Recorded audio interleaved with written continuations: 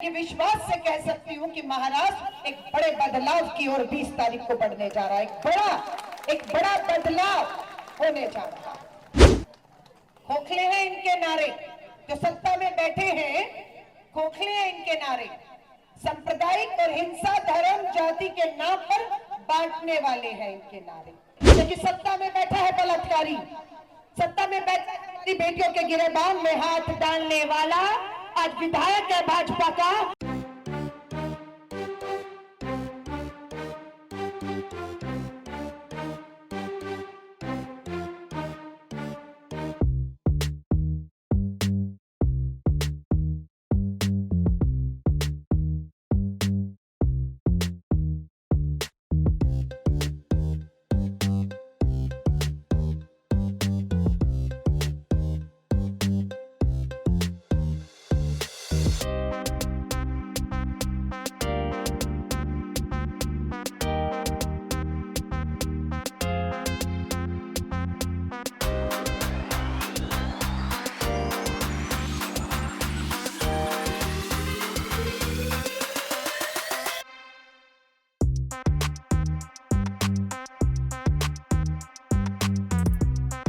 देखो, हमें पूरे जनता का समर्थन मिल रहा है।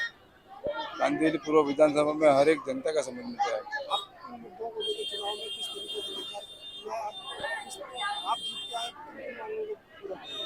देखो, यहाँ पे कुछ काम ही नहीं हुआ है, बहुत सारा काम है।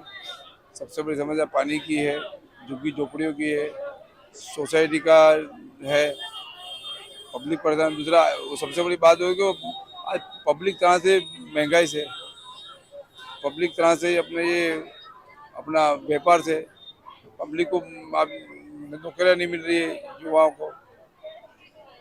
अलका लांबा जी महिला सुरक्षा की बात कर रही है, किस तरीके से आप देखते हैं महिला सुरक्षा? देखो, वो तो आप जानते हो महाराष्ट्र में क्या हुआ।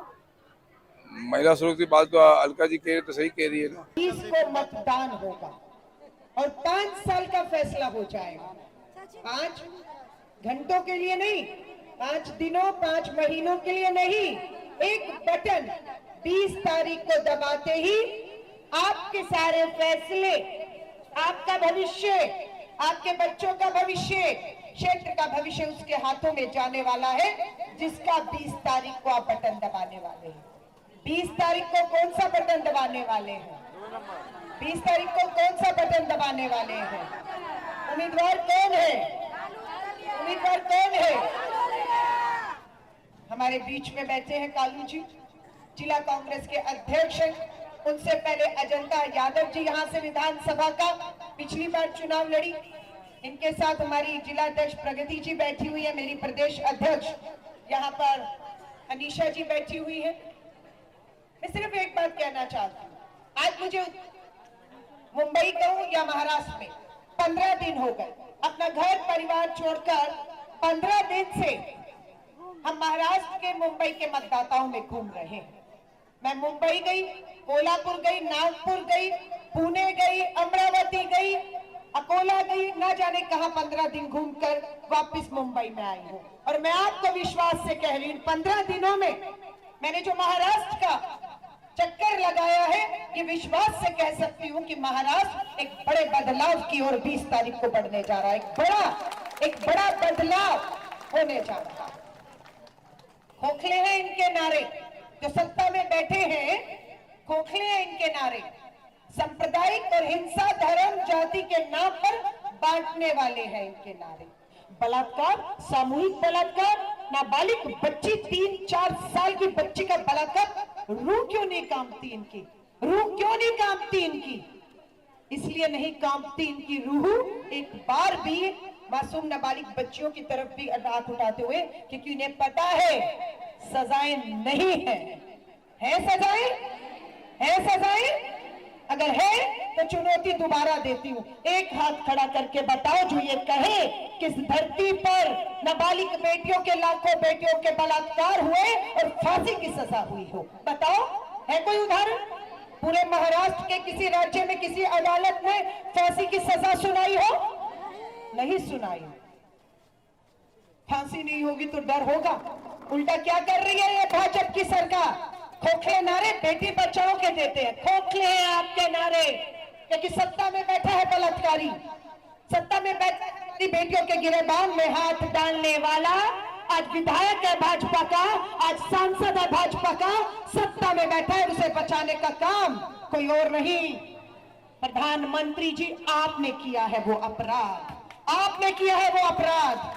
आपने बचाया इन विधायकों को, आपने बचाया इन बलात्कारी सांसदों को, आपने संरक्षण दिया है। सिर्फ यही कारण है कि आज हमारी मां बहन बेटियां सुरक्षित नहीं है, क्योंकि उसे पता है उसे बचाने वाला सत्ता में बैठा है। अब आप सोचेंगी किसने बचाया, किसको बचाया, किसके बारे में मैं बात कर रही हूं, जानना चाहेंगे? समय है, समय है, पूछिएगा प्रधानमंत्री जी। बेटी बचाओ कह रहे थे ना, बेटी न्याय मांगने दरवाजे पर गई थी।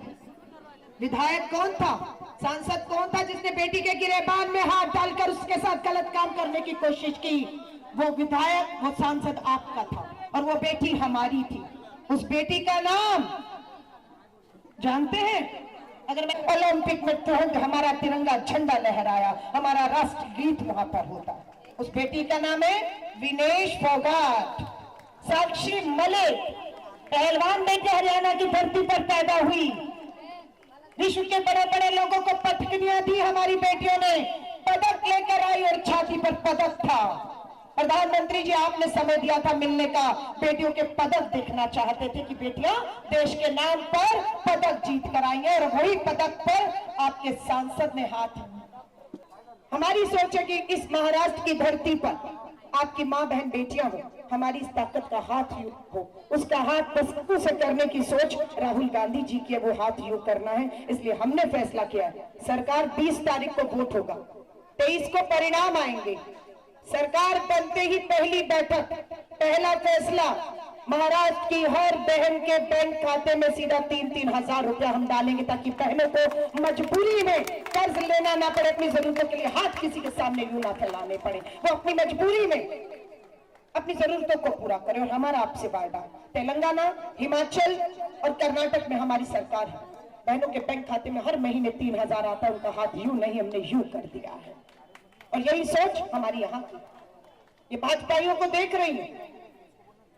पहले लाडली बहना योजना 1500 रुपया, पता लगा 1500 रुपया वोट नहीं मिलेगा, तो कितना कर दिया इन्होंने भाजपाइयों ने? होर्डिंग लगे करोड़ों रुपए के, 2100 कर देंगे। क्या चल क्या रहा है? 10 साल नोच नोच कर महंगाई बेरोजगारी के नाम पर खाया, अब वोट के लिए 1500 पर वोट नहीं मिल रहा तो 2100 कर दीजिए, और अभी हो सकता है कल तक जो घोषणा और आगे बढ़ जाए। हमें भ्रष्टाचारी कहने वालों को कहिए, सबूत दीजिए। 10 साल से सत्ता में थे, सीबी, इनकम टैक्स, आईडी आपकी थी ना, डाल देना था जेल में। 10 साल कम नहीं थे, फांसी पे चढ़ा देना था, लेकिन खाली आरोप लगाकर आप बच नहीं सकते। भाजपाइयों को बता दीजिएगा, भ्रष्टाचार अगर किसी ने किया, किसी ने दलाली खाई है, तो वो कोई और नहीं, ये जो महायुति बैठी है सत्ता में, गठबंधन, छत्रपति शिवाजी महाराज, छत्रपति शिवाजी महाराज की मूर्ति प्रधानमंत्री जी आपने ही लगाई थी ना। एक हवा के झोंके में वो मूर्ति धाराशायी होकर गिरी, तो पता चला कि मूर्ति तो खोखली थी। करोड़ों रुपए की मूर्ति के नाम पर करोड़ों रुपया भ्रष्टाचार और दलालियों में खाया, और एक हवा के झोंके में छत्रपति शिवाजी महाराज की मूर्ति गिरती है और पता लगता है खोखली थी। हम पर भ्रष्टाचार के आरोप लगाते हो। 1957 में पंडित जवाहरलाल नेहरू जी के हाथों से जो छत्रपति शिवाजी महाराज जी की मूर्ति लगी थी, 65 साल पहले, आज भी बुलंद खड़ी हुई है, आज भी बुलंद खड़ी हुई है। क्योंकि हमारी सोच नहीं थी कि यहाँ पर भी हमें दलाली खानी है, भ्रष्टाचार हम पर आरोप लगा।